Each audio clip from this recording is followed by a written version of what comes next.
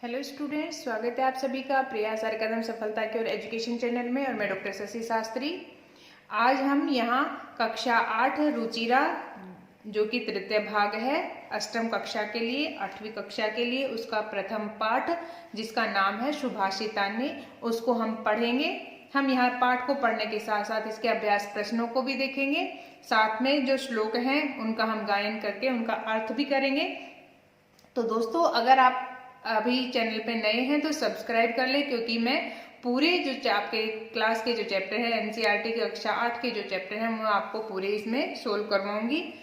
और अगर आपको अपना कोई टॉपिक पढ़ना हो तो उसके लिए प्लीज मुझे कमेंट्स बॉक्स में जा करके कमेंट्स कर दें, मैं आपकी समस्या का समाधान करने का प्रयास करूंगी। चलिए शुरू करते हैं हम आज का पहला पाठ सुभाषितानी। सबसे पहले हम बात करते हैं सुभाषितानी। सुभाषितानी होते क्या हैं?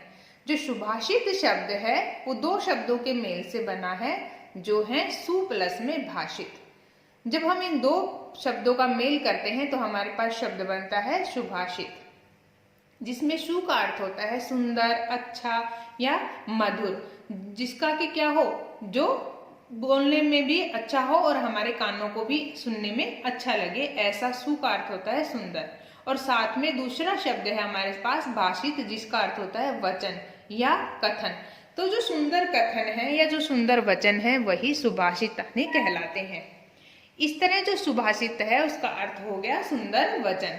जो प्रस्तुत जो पाठ है उसमें सूक्ति मंजरी, नीति शतकम, साथ में मनुस्मृति, शिशुपाल वदम, पंचतंत्रम से रोचक और विचारपरक जो श्लोक हैं उनका संग्रह किया गया है आप लोगों के लिए। यहाँ हम वो श्लोक पढ़ेंगे और उनके अर्थ को जानेंगे। सबसे पहले हमारे पास श्लोक आता है, गुणा गुणगेषु गुणा भवन्ति ते निर्गुणं प्राप्य भवन्ति दोषाः सुस्वादुतो या प्रभवन्ति नद्या समुद्रम आसाद्य भवन्त्यपेयः। देखिए क्या कहा है यहाँ, गुणा गुणगेषु गुणा भवन्ति। जो गुण होते हैं वो निश्चित रूप से जब गुणों का संग करते हैं तो वो भी कैसे हो जाते हैं, गुण ही हो जाते हैं। यानी कि जो गुण है वो निश्चित रूप से जब गुणों का संग करेंगे, साथ करेंगे, गुणगेषु गुणियों में जो गुणी व्यक्ति होते हैं उनमें गुणा भवन्ति गुण होते हैं। ते निर्गुणम प्राप्य भवन्ति दोषा, और वे निर्गुणम, निर का मतलब होता है जो, निर किसके लिए प्रयोग होता है, यानी कि जो बुरा है, जो निर्गुण है, दुर्गुण है, उनको प्राप्त करके भवन्ति दोषा दूषित हो जाते हैं। जो गुण है अगर वो किसको प्राप्त करे, गुणी व्यक्तियों को प्राप्त करे तो निश्चित रूप से वो गुण ही होंगे। लेकिन अगर वो गुण निर्गुण व्यक्ति को प्राप्त हो जाए तो वो भी दूषित हो जाते हैं या दोष को प्राप्त कर लेते हैं। जिस प्रकार से सुस्वादु तोया प्रभवंती नद्य, सुस्वादु तोया, सु माने अच्छी, स्वादु तोया स्वादिष्ट जो जल होता है, तो यहाँ प्रभवंती नद्य कहाँ बहता है, नद्य यानी कि नदियों में। शीतल ठंडा स्वादिष्ट जो जल है वो नदियों में बहता है। लेकिन समुद्रम आसाद्य भवन्त्य पेया, समुद्रम आसाद्य, समुद्र को प्राप्त करके या समुद्र में पहुंच करके, समुद्र में मिल करके वो भी भवन्त्य अपेया, भवन्त्य हो जाता है, अपेया पीने लायक नहीं रहता, पीने से रहित हो जाता है, यानी कि ऐसा हो जाता है जिसको हम पी नहीं सकते।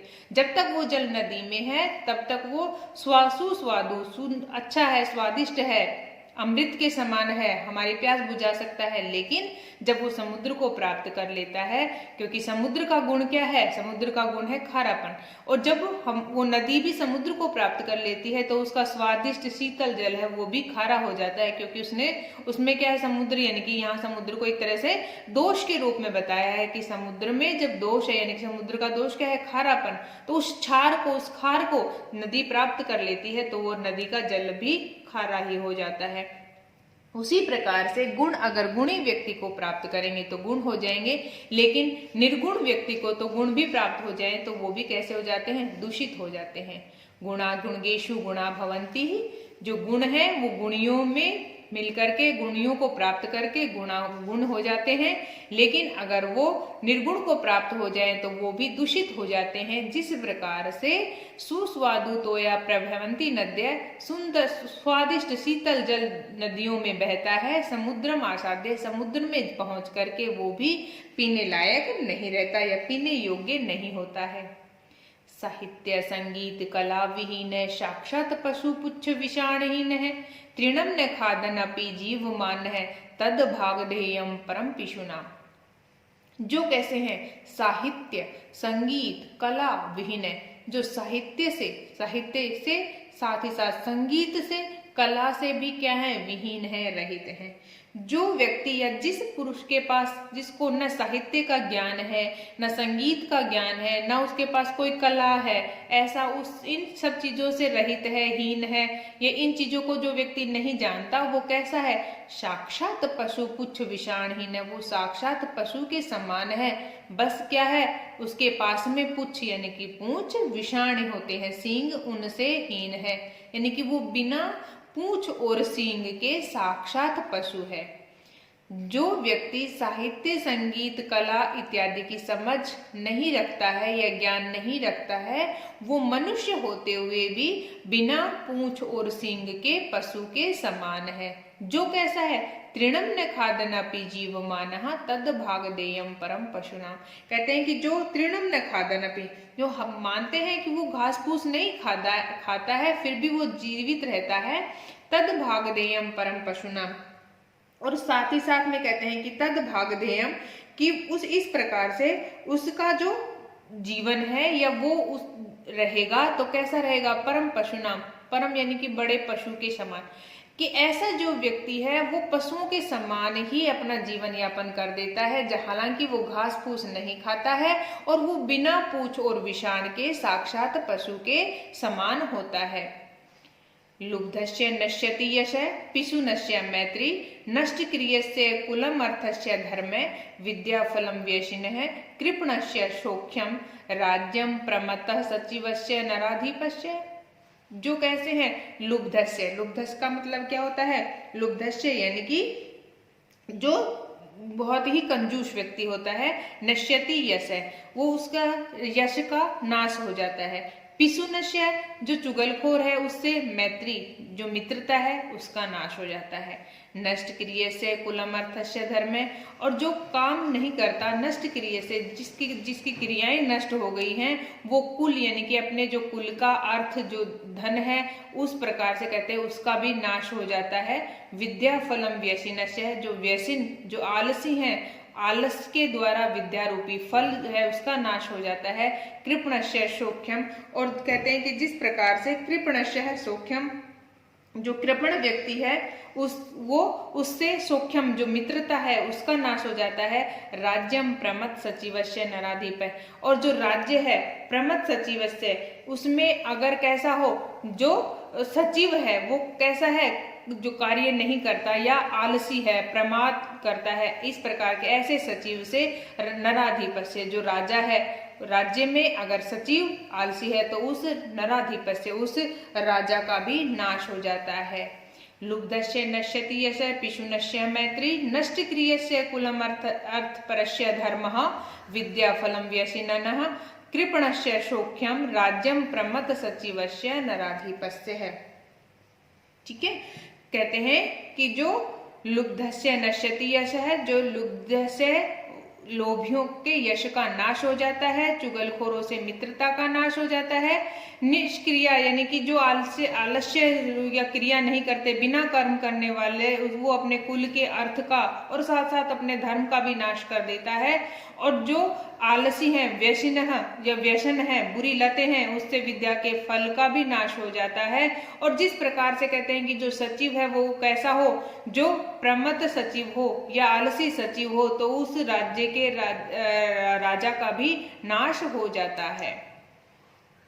पित्वा रसम तु कुटुकम मधुरम समानम, माधुर्यम एव जन्यन मधुमक्षिकाशु, संतस्ततस्थैव समसज्जन दुर्जनानाम, श्रुत्वा वचः मधुर सुक्त रसम सृजन्ति।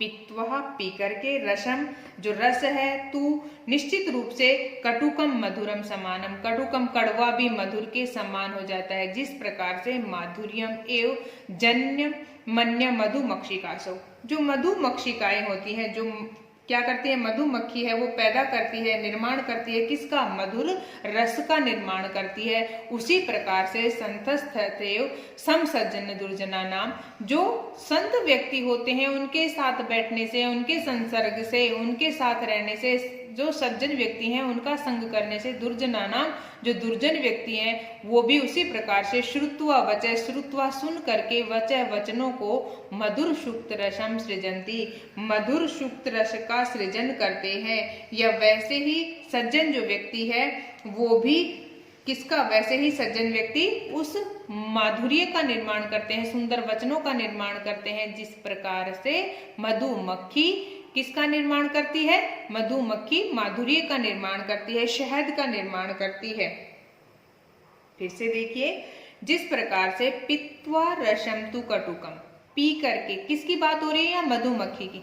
जिस प्रकार से मधुमक्खी कड़वे रस को पी करके बाद में उसका क्या बना देती है, मधुरम समानम माधुर्यमेव, बहुत ही मधुर लगने वाला माधुर्यम, शहद के समान उसको बना देती है या पैदा कर देती है। मधुमक्खी जिस प्रकार से कटु रस को पी करके भी उसको अमृत या शहद के रूप में बदल देती है, उसी प्रकार से जो सज्जन व्यक्ति होते हैं उनके द्वारा कहे गए वचनों को सुन करके जो दुर्जन व्यक्ति हैं उनके मन में भी माधुर्य का क्या होता है, पैदा होता है, माधुर्य पैदा होता है, उनके मन में भी मधुरता का निर्माण होता है।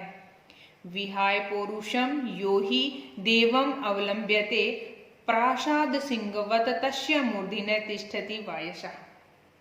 कहते हैं कि जिस प्रकार से विहाय पौरुषम, विहाय छोड़ करके, पौरुषम मेहनत को या कर्म को छोड़ करके जो व्यक्ति निश्चित रूप से भाग्य के सहारे या भाग्य के भरोसे बैठ जाते हैं, प्रासाद सिंहवत तस्य मूर्धन्य तिष्ठन्ति वायसा, वो उसी प्रकार से, जिस प्रकार से प्रासाद सिंहवत कि जिस प्रकार से तस्य मूर्धन्य, तस्य उसके मूर्धन्य सिर पर, तिष्ठन्ति बैठते हैं, वायसा कोई, जिस प्रकार जो बड़े बड़े महल होते हैं, प्रासाद होते हैं, उनमें जिस प्रकार से कौन, कोई जो होते हैं वो बैठे रहते हैं, उसी प्रकार से जो मनुष्य पुरुष को या कर्म को छोड़ करके देवलोक के सहारे या भाग्य के सहारे बैठ जाते हैं, प्रासाद सिंहवत तस्य मूर्धन्य तिष्ठति वायसा, तो कहते हैं कि तस्य उनके सिर के ऊपर एक तरह से कौवा बैठ जाता है। जिस प्रकार से जो प्रासाद भवन, बड़े बड़े भवन होते हैं उनके ऊपर कौवे बैठे रहते हैं, उसी प्रकार से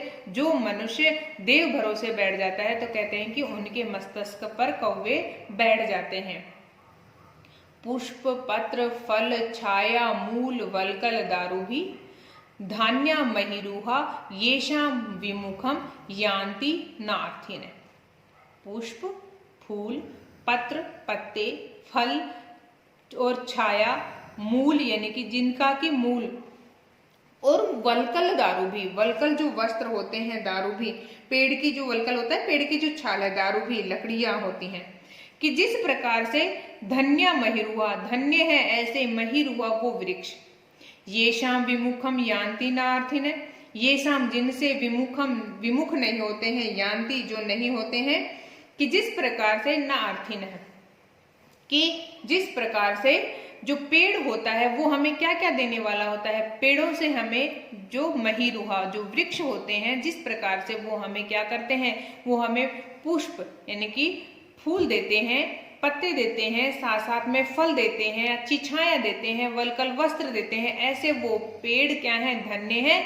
ये शाम विमुखम यान्ति नार्थिन है, ये शाम जिनसे हमें क्या नहीं करना, कोई पैसे नहीं चुकाने, यानी कि बिना कुछ चुकाए भी हम उनसे विमुख नहीं हो पाते हैं, यानी कि वो हमसे कोई इनके बदले में पैसा नहीं लेते हैं, धन नहीं लेते हैं, यानी कि बिना कुछ लिए हमें ये सारी चीजें वो हम पे लुटाते हैं या हमें वो दान में देते हैं। ऐसे वो पेड़ क्या है, ऐसे वो वृक्ष क्या है, धन्य है, जो बिना कुछ बदले में लिए सब कुछ अपना हम पर न्यौछावर करते हैं, ऐसे वो पेड़ धन्य है या ऐसे वो वृक्ष धन्य है।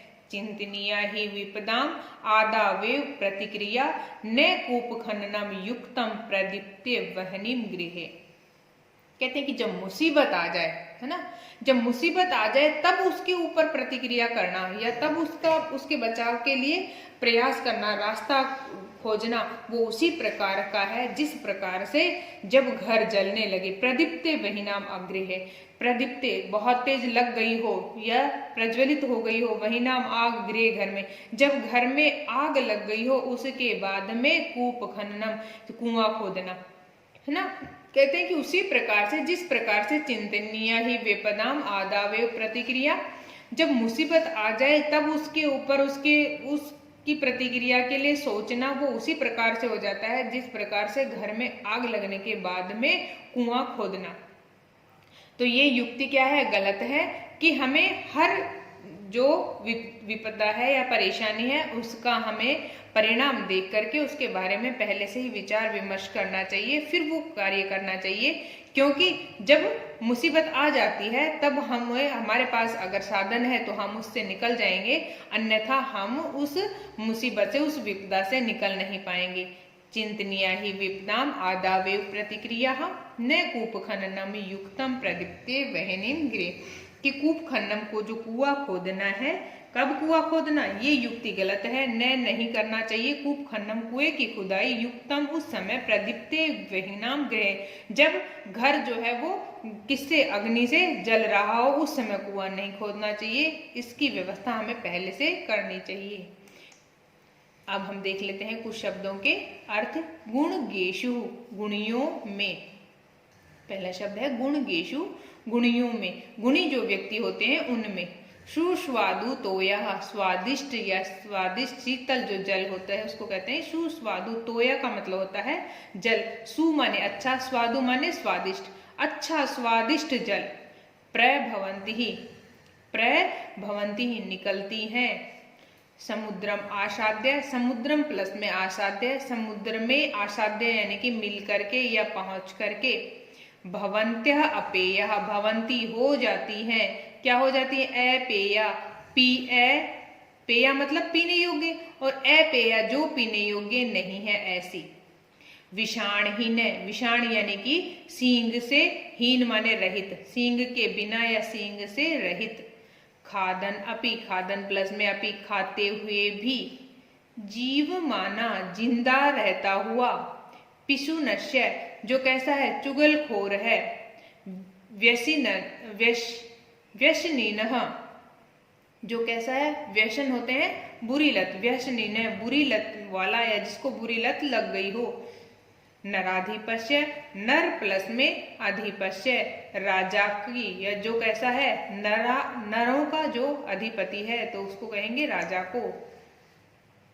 पाठे दत्तानाम पदानाम सस्वर वाचन कुरुति, हमने कर लिया है, पाठ में दिए हुए पदों का सस्वर वाचन करें।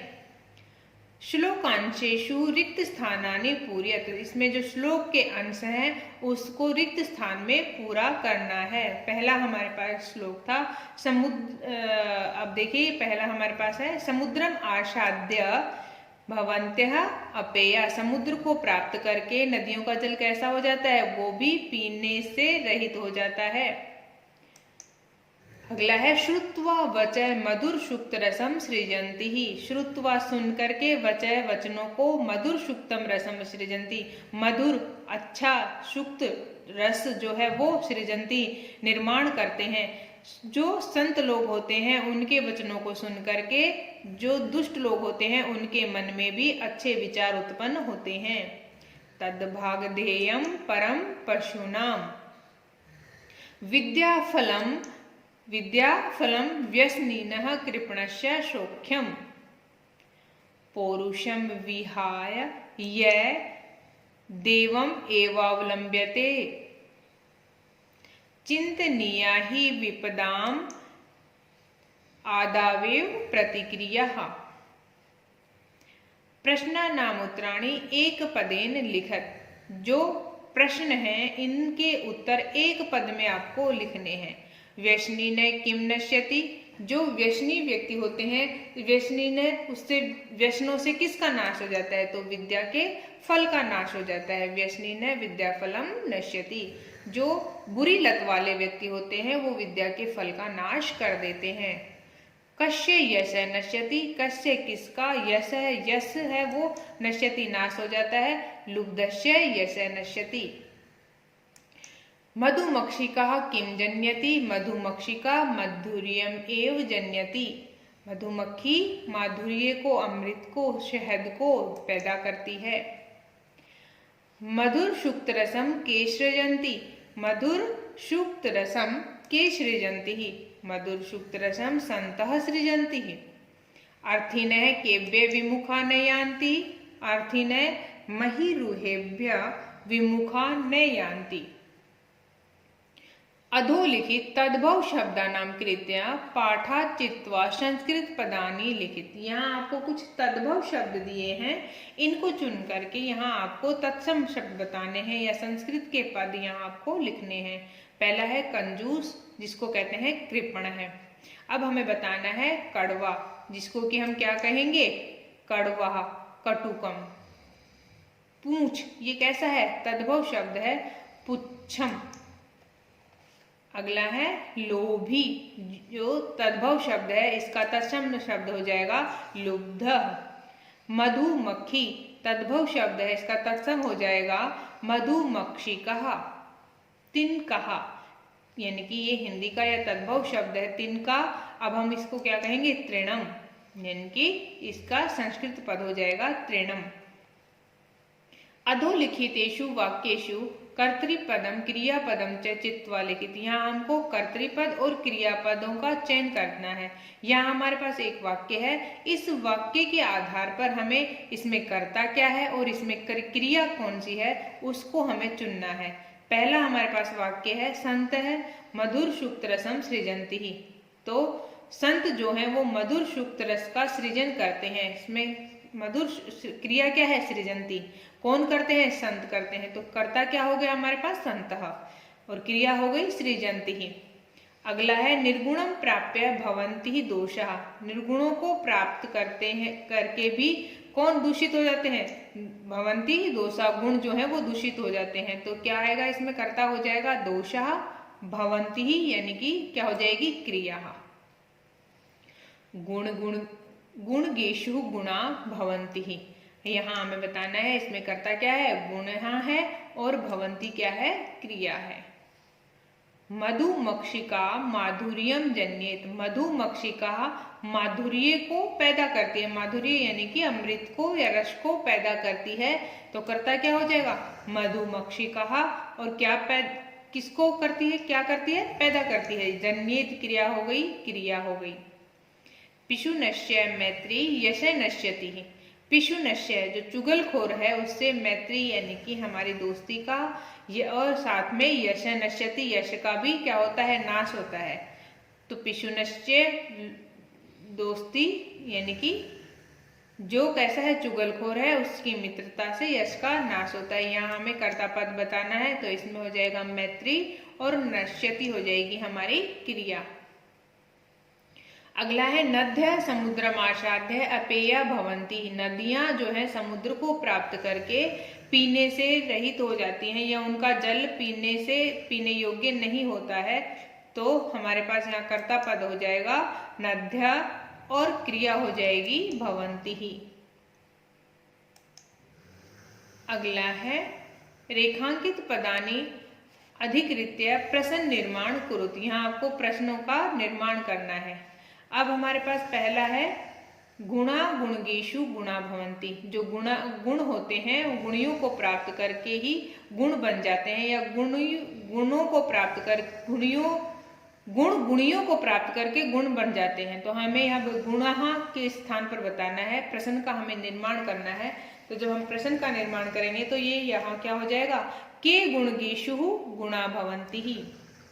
नद्य सुस्वादु तोया भवन्ति ही, तो का सुस्वादु तोया भवन्ति ही। अगला है लुब्धस्य यश नश्यति। तो यहाँ हम अगर हम प्रश्न करेंगे तो कस्य यश नश्यति, लुब्धस्य यश नश्यति। किसके यश का नाश हो जाता है, लुब्धस्य।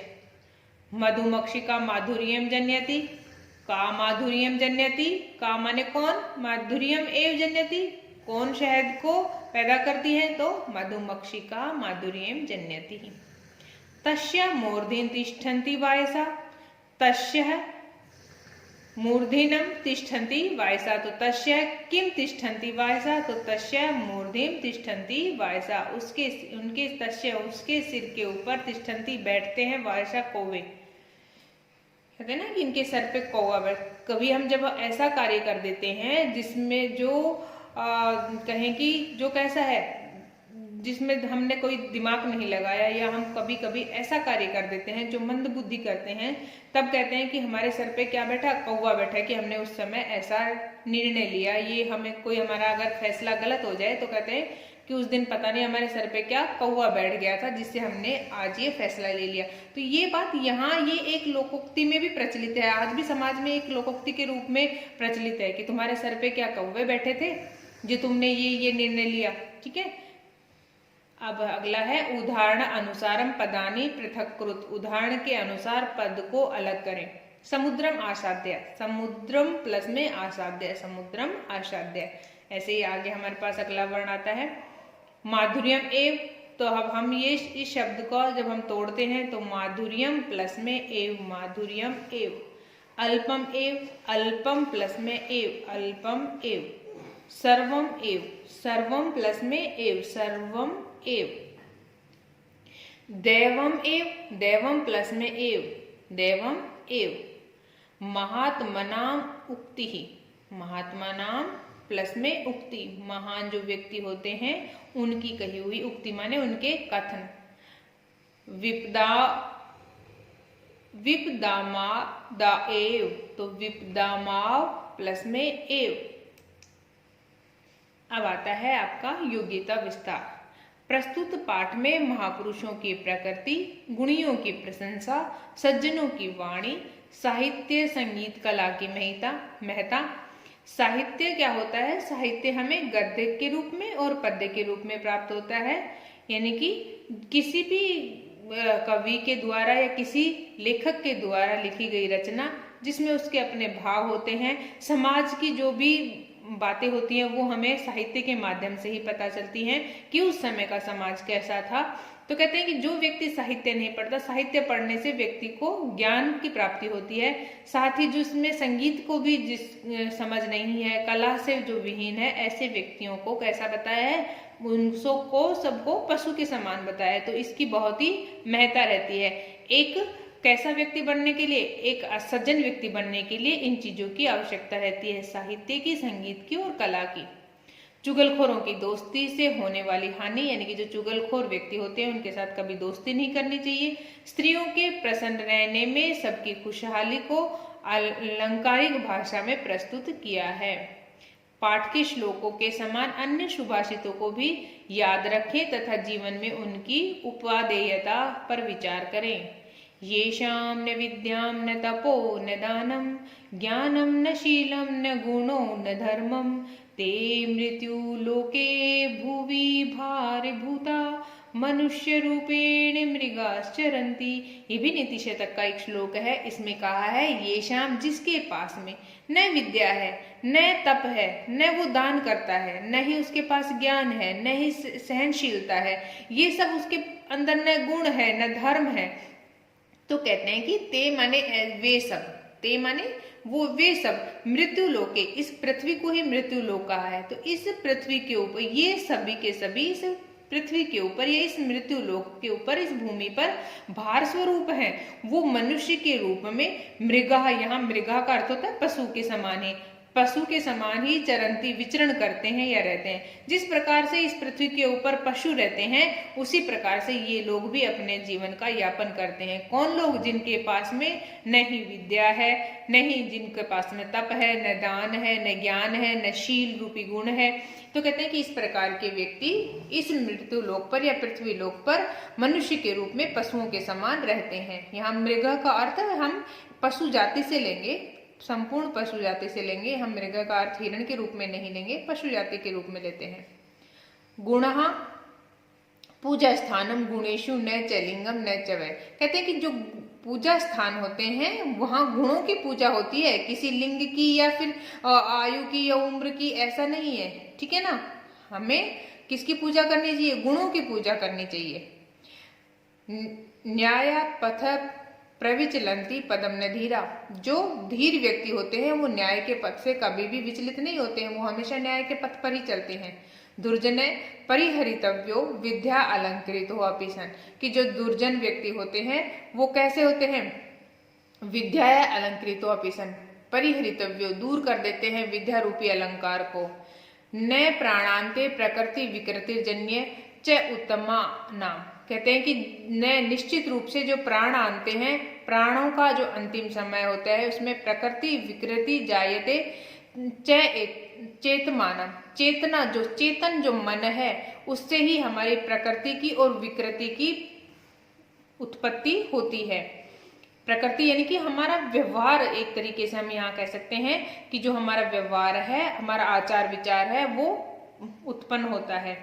उदिते सविता रक्तो रक्तश्च अंगे तथा उदिते सविता ताम्रस्त्राम्यः एवास्तम एति च संपत्तौ च विपत्तौ च महात्मा एक रूपता। यहाँ सीधे सीधे कहते हैं कि जिस प्रकार से उगता हुआ सविता, उदिते सविता, जब सूर्य उदय होता है तब भी वो कैसा रहता है, हल्की लालिमा लिए हुए रहता है। उसी प्रकार से जब वो अस्त होता है, रक्तश्च अस्तांगते, यानी कि जब वो रक्त यानी कि लाल ही कैसा रहता है, जब वो अस्त होने जाता है तब भी उसी प्रकार की लालिमा को लेकर के जाता है।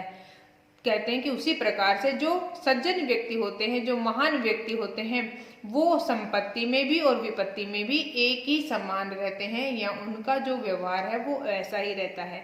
इन सभी जो सुभाषित हैं इनके अंश को पढ़ करके आप स्वयं समझने का प्रयत्न करें, और संस्कृत जो भाषा है अन्य भारतीय भाषाओं के सुभाषितों का भी संग्रह करें, उनको इकट्ठा करें। अभी गर्मी की छुट्टियां आने वाली हैं, उनमें आप ये होमवर्क के रूप में कर सकते हैं।